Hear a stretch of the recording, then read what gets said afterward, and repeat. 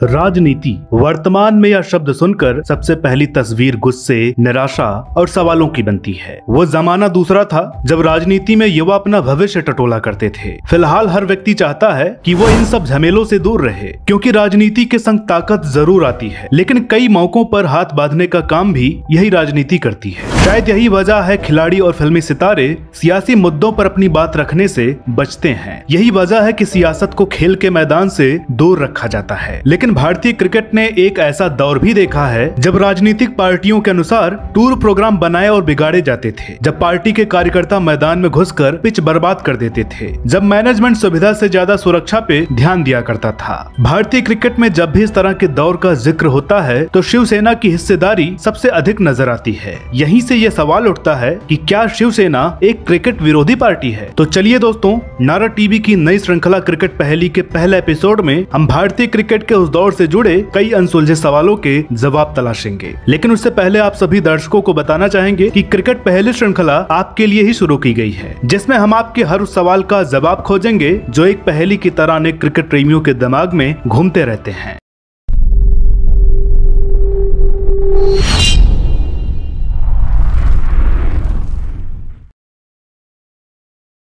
दोस्तों, पहली नजर में देखने पर शिवसेना और भारतीय क्रिकेट के बीच हमेशा ही टकराव दिखता है, जिसकी शुरुआत साल 1991 में हुई थी। दरअसल साल 1991 में लंबे अरसे के बाद भारत वनडे मैचों की एक सीरीज के लिए पाकिस्तान की मेजबानी करने जा रहा था, लेकिन शिवसेना ने पाकिस्तान के विरुद्ध मैच खेलने पर अपना विरोध जताया। जब भारतीय क्रिकेट बोर्ड ने कोई बड़ा फैसला नहीं लिया तो पार्टी के कुछ लोगों ने पाकिस्तान के आगमन से 2 दिन पहले वानखेड़े स्टेडियम पर हमला बोला और पिच को बुरी तरह नुकसान पहुंचाया। इस घटना के बाद दौरा रद्द कर दिया गया। ये क्रिकेट इतिहास में ऐसा पहला मौका था जब क्रिकेट के मैदान को इस तरह घायल किया गया हो। हालांकि पार्टी के कई नेता पहचाने गए थे, लेकिन किसी के विरुद्ध कार्रवाई नहीं हुई, जिसका नतीजा ये रहा कि साल 1993-94 क्रिकेट कैलेंडर के अनुसार जब पाकिस्तान को भारत के दौरे पर आना था तो शिवसेना ने कहा कि वो किसी भी हालत में मुंबई में मैच नहीं होने देंगे। जब ये खबर पाकिस्तान पहुंची तो सुरक्षा का हवाला देकर पाकिस्तानी टीम भारत आई ही नहीं। इसके बाद करीब 6 सालों तक शिवसेना और क्रिकेट के बीच तकरार की कोई स्थिति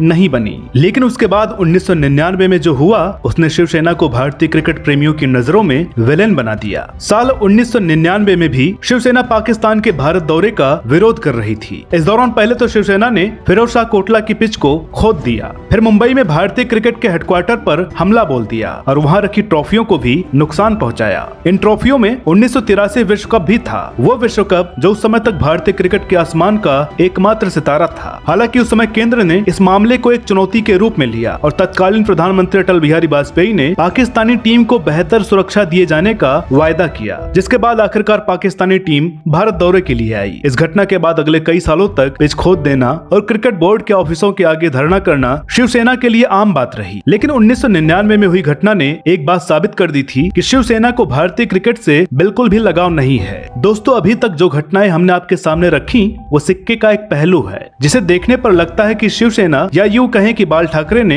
कभी भी क्रिकेट को पसंद नहीं किया। शिवसेना के लिए बाल ठाकरे क्या अहमियत रखते हैं ये किसी से छिपा नहीं है। यह भी जाहिर है कि क्रिकेट के विरुद्ध शिवसेना का हर कदम बाल ठाकरे के इशारे पर ही उठता था, जिससे यही लगता है कि बाल ठाकरे को क्रिकेट पसंद नहीं था। लेकिन सच्चाई इससे अलग नजर आती है। शिवसेना और भारतीय क्रिकेट के बीच की कहानी के दूसरे हिस्से की शुरुआत होती है बाल ठाकरे के निजी जीवन से। रानाडे रोड दादर पर घर होने के कारण वे सैर करते हुए शिवजी पार्क में चले जाया करते थे, क्योंकि शिवजी पार्क में क्रिकेट होती थी, इसलिए वो धीरे धीरे मुंबई क्रिकेट के नजदीक आते चले गए। वो जब भी शिवजी पार्क जाते तो उनके चारों ओर लोगों की भीड़ लग जाती थी, मगर बाल ठाकरे वहाँ भीड़ जुटाने नहीं, क्रिकेट का मजा लेने आते थे। लोग सम्मान में बाल ठाकरे के पैर छूते थे, मगर वो किसी कोच को अपने पैरों को हाथ नहीं लगाने देते थे। मुंबई के युवा क्रिकेटरों के लिए बाल ठाकरे एक प्रेरणा थे। तेंदुलकर तो वास्तव में हर बड़ी सीरीज से पहले कोशिश करते थे कि बाल ठाकरे से मिलकर उनका आशीर्वाद ले लें। बाल ठाकरे ने पाकिस्तानी क्रिकेट का खुलकर विरोध किया, लेकिन वो पूर्व पाकिस्तानी खिलाड़ी जावेद मियांदाद को अपना दोस्त माना करते थे।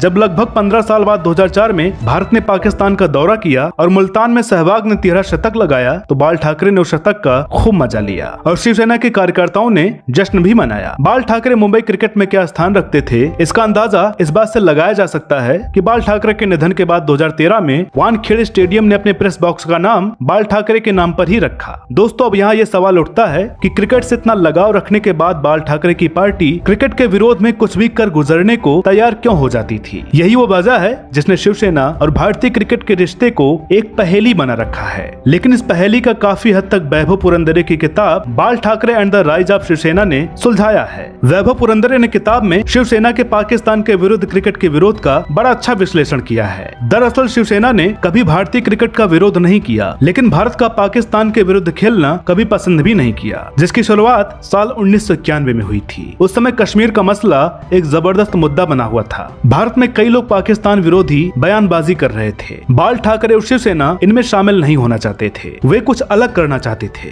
इसलिए उन्होंने अपनी पार्टी को वानखेड़े स्टेडियम की पिच को खोदने के लिए कहा। हालांकि बाल ठाकरे पाकिस्तानी खिलाड़ियों की प्रतिभा को सराहते थे, लेकिन भारत पाकिस्तान क्रिकेट का विरोध करते थे। उनका कहना था कई मुद्दों पर भारत और पाकिस्तान के बीच टकराव है, जब तक ये टकराव नहीं सुलझ रहा तो आपस में क्रिकेट खेलने की क्या जरूरत है। हालांकि 2015 के बाद भारतीय क्रिकेट और शिवसेना की इस तकरार में कोई अन्य अध्याय नहीं जुड़ा, मगर शिवसेना की सोच अब भी बदली है या नहीं ये तो वक्त ही बताएगा। शिवसेना ने जो किया वो सही है या गलत ये निर्भर करता है परखने वाले की मानसिकता पर। इसलिए इस सवाल का जवाब हम आप पर छोड़ते हैं। दोस्तों, अंत में हम एक बात साफ करते चलें कि इस वीडियो में कहे गए एक एक शब्द का आधार प्रतिष्ठित अखबार, कुछ इंटरव्यूज और क्रिकेट पत्रिकाएं हैं। नारद टीवी ने रिसर्च के बाद आपके सवाल के जवाब देने का प्रयास किया है। हम ना ही किसी की भावनाओं को ठेस पहुंचाना चाहते हैं और ना ही किसी राजनीतिक पार्टी का प्रतिनिधित्व कर रहे हैं। हम आगे भी आपके इस तरह के सवालों के जवाब देते रहेंगे। तो आप क्रिकेट पहेली के पहले एपिसोड को ज्यादा से ज्यादा शेयर करें और इस श्रृंखला पर अपनी राय जरूर दें। साथ ही अगले एपिसोड के लिए अपने प्रश्न हमें जरूर भेजें। तो इस वीडियो में बस इतना ही। मिलते हैं अगले वीडियो में एक और नई कहानी के साथ। तब तक के लिए नमस्कार।